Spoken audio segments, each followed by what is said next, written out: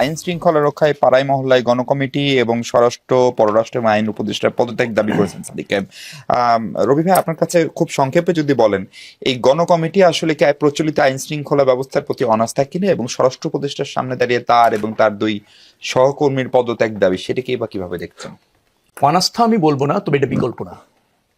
গণকমিটি করবেন, সেখানেও বিভাজন হবে। কাকে দিয়ে আপনি গণকমিটি করবেন? অবিশ্বাস আছে রাজনৈতিক দলগুলির মধ্যে, সমাজে বিভাজন আছে। তো তখন আইন শৃঙ্খলা রক্ষাকারী বাহিনী বা তার উপর দায় চাপাতে চাইবে। এখানে আরো আরেকটা কর্তৃপক্ষ হবে, যে কর্তৃপক্ষ সহায়ক হবে না, কোনো কোনো সময় প্রতিবন্ধকতা সৃষ্টি করবে। আইন শৃঙ্খলা রক্ষাকারী বাহিনীর বিচ্যুতি আছে, ব্যর্থতা আছে। আমি বলছি তাদের সক্ষমতা বাড়ানোর সুযোগও আমাদের আছে।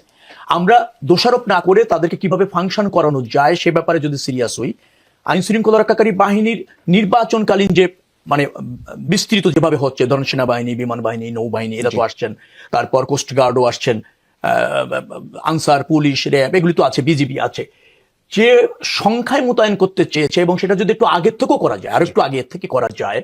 আর যেহেতু অন্তর্বর্তীকালীন সরকার নিরপেক্ষ, তার ভোটে প্রভাব বিস্তারের সুযোগ নেই, কোনো প্রার্থীর পক্ষে কাজ করার সুযোগ নেই, নির্বাচন কমিশন যেটা আছে নিরপেক্ষ। হ্যাঁ, কথা হয়তো ভুল বলে ফেলতে পারেন, জন আকাঙ্ক্ষা ধারণ করতে ব্যর্থ হচ্ছেন, কিন্তু কারো দ্বারা প্রভাবিত হবেন না, এটা কিন্তু নিশ্চিত। তাহলে আমার মনে হয় যে রাজনৈতিক দলগুলি সহযোগিতা যদি করে, জনগণ স্বতঃস্ফূর্তভাবে যদি ভোট দিতে আসে, তাকে নিবৃত্ত করার কেউ নেই। তিন উপদেষ্টার পদত্যাগ আপনারাও চান? আসিফ নজরুল না, আমি সেভাবে চাচ্ছি না।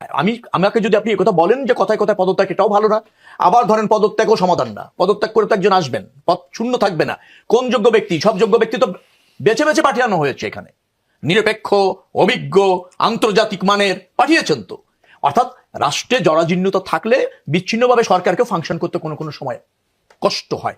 আমরা এগুলিকে ইতিবাচক দেখে সংশোধন করার চেষ্টা করি, সজাগ করার চেষ্টা করি, আর ধরেন দায়বদ্ধ থাকার চেষ্টা করি। জি, অনেক ধন্যবাদ। সাইফ, আপনি কি একটু বলবেন এই পাড়ায় মহল্লায় গণকমিটিকে আপনারাও সাপোর্ট করেন কিনা, যেটা সাদিক কায়েমের প্রস্তাব এবং আসিফ নজরুল, তৌহিদ হোসেন এবং লেফটেন্যান্ট জেনারেল অবসরপ্রাপ্ত জাহাঙ্গীরের পদত্যাগের যে দাবি, সেই প্রসঙ্গে এনসিপির অবস্থান কি? এনসিপির জায়গার অবস্থান তো এই বিষয়ে কিছু বলেনি এনসিপির জায়গা থেকে।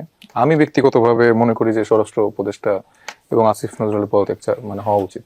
কারণ এই দুইজন ব্যক্তি, কিন্তু প্রথমে উল্লেখ করেছিলাম যে যেভাবে দায়িত্ব পালন করা হচ্ছে সেটা করেনি, এবং প্রায় মানে 72 ঘন্টার বেশি সময় পার হয়ে যাওয়ার পরও আসলে আমরা কোনো খুনিকে আসলে গ্রেফতার হতে দেখিনি। তো সেই জায়গা থেকে আসলে তারা বিভিন্ন জায়গায় আলু, পটল এই টাইপের বক্তব্য দিয়ে বেড়াচ্ছে। তো তাদের সেই দায়িত্বের জায়গাটা থেকে আসলে তাদের সেই পজিশন হোল্ড করার সুযোগ নেই। এবং আমি মনে করি যে শুধুমাত্র এটা জাহাঙ্গীর সাহেবকে উল্লেখ করলে হবে না, সে আসলে কাদের কথায় চলছে, তার উপরে আরো কে আছে, সেগুলো আসলে মানুষের আস্তে আস্তে একজনই আছে, তার উপরে আরো কিছু মানুষ থাকতে পারে। আচ্ছা, তো সেই জায়গাগুলো আসলে আস্তে আস্তে জনগণের ক্লিয়ার হওয়া উচিত আমার মনে হয়। আর যদি থেকে থাকে তাদেরও ক্লিয়ার করা উচিত। তারা যদি কারো আজ্ঞাবহ হয়ে কাজ করে থাকে, তো সেটা আসলে বলো। পাড়া মহল্লায় গণকমিটি করার যে প্রস্তাব দিয়েছেন, সেটাও হতে পারে, মানে এটা যদি সাংগঠনিক ভাবে শিবির এটা করতে চায়, সে করতে পারে। এটা যার যার দলীয় জায়গা থেকে তাদের একটা পরিকল্পনা থাকতে পারে। না, কিন্তু সেটা আইন শৃঙ্খলা বাহিনীর প্যারালাল হবে কিনা, না, এটা তো আসলে যে উদ্দেশ্যের কথা বলছে, তারা সেখানে পতিত ফ্যাসিবাদের দোসর, তাদের সহযোগী, তাদেরকে চিহ্নিত করা, ধরে পুলিশে দেওয়া, সেই কাজগুলো করবে। তো সেটাই 15 মাস কেন না করে এখন করলে সেটা একটা নতুন, সেটা যৌক্তিকভাবে তো আসলে হওয়া উচিত না।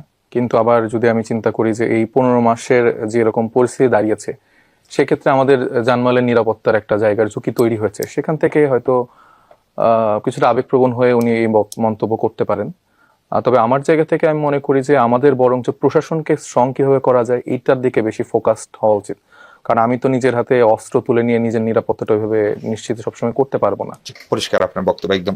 আলমাউন রাসেল, একই প্রশ্ন আপনার কাছে, গণকমিটি কতখানি কাজ করবে এবং গণকমিটির কাজের পরিধি কি হবে, আর এই তিন উপদেষ্টার পদত্যাগ দাবি কতখানি যৌক্তিক এই শেষ সময় এসে? দেখেন, আমাদের বর্তমানে এই যে এত অস্থিরতা কেন, এটাই হচ্ছে আমাদের মধ্যে আমাদের অনৈক্যের কারণে। আমাদের কিন্তু কমন এনিমি আছে, আইডেন্টিফাই করা আছে, তারপরে আমাদের মধ্যে অনৈক্যের কারণে কিন্তু তৃতীয় শক্তি মাথা ছাড়া দিচ্ছে। এই জন্য আমাদেরকে দেখেন, এবারে যে অভ্যুত্থানটা হয়েছে, এই অভ্যুত্থানটা জামাতকে জিতানোর জন্য হয়নি, বিএনপিকে জিতানোর জন্য হয়নি, এনসিপিকে জিতানোর জন্য হয়নি, বাংলাদেশকে জিতানোর জন্য হয়েছে।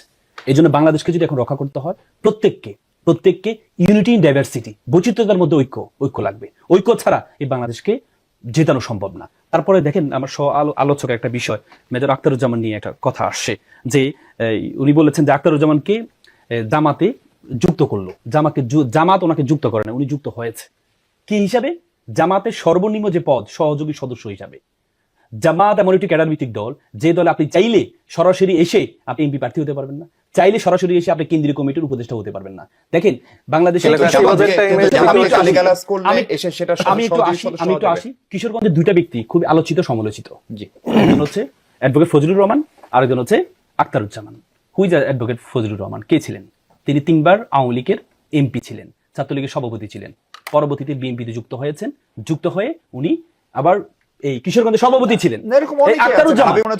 আখতারুজ্জামান কে ছিলেন? মুক্তিযোদ্ধা। ফজলুর রহমান মুক্তিযোদ্ধা, যে ফজলুর রহমান কালো শক্তি বলেছিল জুলাই যোদ্ধাদেরকে। আমি একটু কোশ্চেন করছি আপনাকে, আখতারুজ্জামান 2018 সালে বিএনপি ইলেকশন করেছে এবং 5 বার, আমি আসি 5 বার তাকে বহিষ্কার করা হয়েছে, 5 বার আবার তাকে ওন করা হয়েছে। 24-এ উনি 18 সালে, এরপর উনি নিজে ব্যাখ্যা দিয়েছেন উনি 2.5 বছর উনি কোনো দলের সাথে যুক্ত ছিলেন না যখন বিএনপি তাকে বহিষ্কার করেছে। 24-এ কাদের হয়ে ইলেকশন করেছে? উনি কোন দলের সাথে ছিলেন না, উনি নিজে ক্লারিফাই করেছেন। তাহলে একজন জামাত, আমি মনে করি ডিসেম্বর মাস বিজয়ের মাসে একজন মুক্তিযোদ্ধা জামাতে যুক্ত হওয়ার মাধ্যমে মুক্তিযোদ্ধাকে সম্মান দিয়েছে, খুবই সম্মান দিয়েছে। আর তিন উপদেষ্টার পদত্যাগ, আমাকে একটু বলতে দিতে হবে, তিন উপদেষ্টার পদত্যাগ চান কিনা? খুবই হাস্যকর একটা চুক্তি উনি দিয়েছেন। তিন উপদেষ্টা প্রসঙ্গে প্রশ্নের একটা আমি মনে করি তাদেরকে